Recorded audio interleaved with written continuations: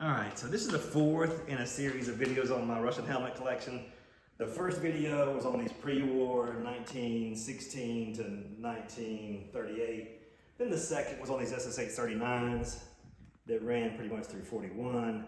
And the third video I did was on these SSH-40s, a lot of these wartime helmets and that little Leningrad civil defense helmet. So in my last video, I just wanted to show some post-war helmets, some things you should be looking for when you're trying to find an original Russian helmet. These are post-war, and some of these are actually kind of rare. For example, they quit making them for a year or so after the war, but in 1947 they did pick back up.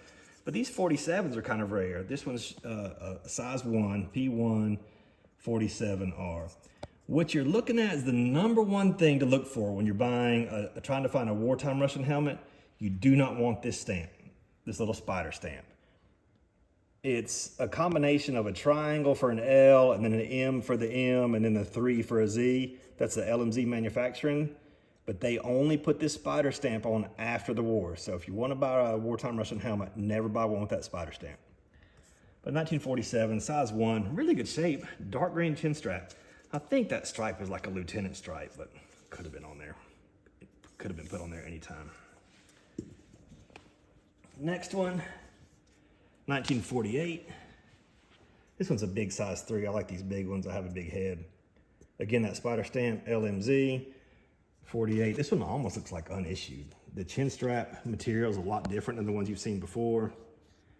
This little buckle, this is one way you can tell this thing almost has never been worn. This buckle's like perfect shape. But a big size 1948. This one, I'm assuming is about 1948. This was interesting though.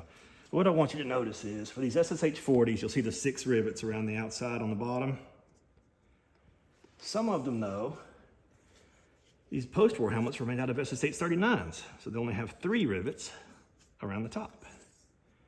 So what they would do is, instead of attaching the old SSH-39 liner to the inside on those 3 rivets, they put an SSH-40 3-pad liner on the inside, and they would attach it with a hanging bracket. You can see where that rivet comes through, and then the bracket hangs down.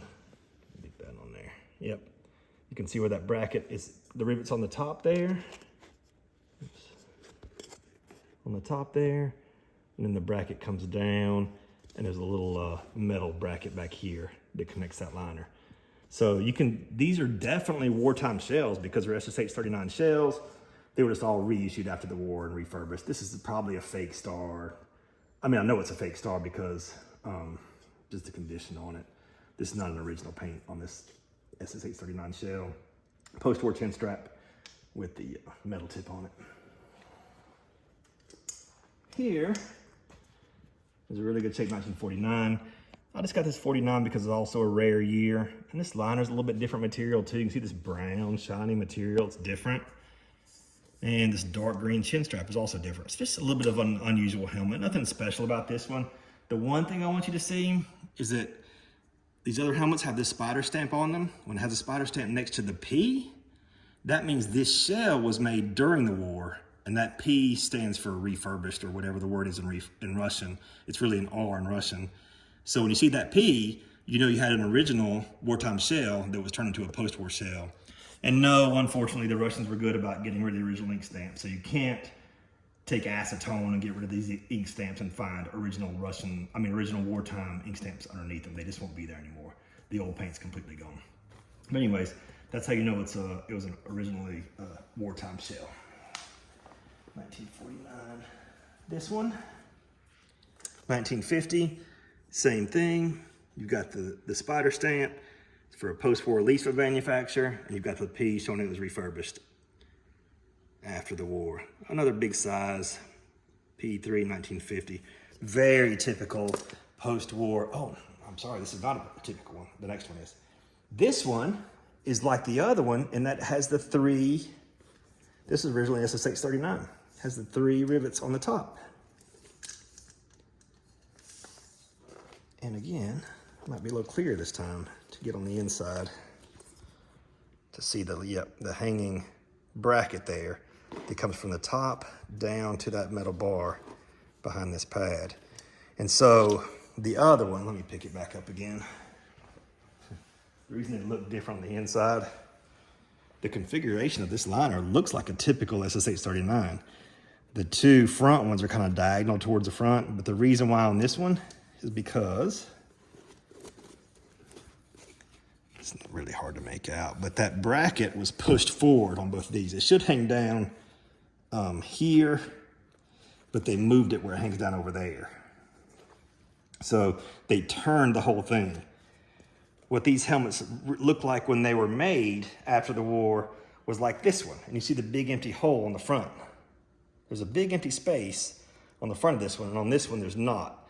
And that's just because they turned the brackets, and this one's so rusty it can't be turned back. But these helmets, even though they were refurbished post-war, were not made for actual combat. And the reason you can tell that is, it says on the inside here, there's a Russian stamp that says Uchebny. Oops. It says Uchebny. So that means either practice or training or something like that. And the reason why these had to be practice helmets was because they didn't want to use them in actual combat, because it's really exposed your forehead as being on the bare metal there and not being on liner pads. So this is the one I wanted to say was a very typical Russian helmet post-war. They went back to making them in Stalingrad again, 3KO, Zavod Krasny October, and then it's either P2 or P3, I can't tell if it's size 2 or size 3, 53R, which is G in Russian. Just a very typical post-war Russian helmet. A lot of the ones you'll find on eBay or wherever will look just like this one. And they will have a metal tip on the strap. And then this one, the only reason I have this one, it's a size 3 and it's a Data 54. These little brown pads are pretty interesting. Different patterns on them, by the way, like a pebbling on this one and a little striping on this one, a little design on this one down here. So different patterns on them. You'll see that on a lot of these Russian helmets. Even the wartime ones, you'll see it sometimes. But well marked for the manufacturer, the little batch number. I can't remember what that number is, but the little Russian star. But what you'll see in the transition from 53 to 54 is that the Russians went from riveting the chin straps on. You can see the rivets on these, to sewing them on. So there's no date here, and the chin strap is sewn on, then that means you know it was made in 1954 or later. 53 and earlier would have these rivets on them to hold them in. Anyways, that's it for my post-war helmets. Thanks for watching.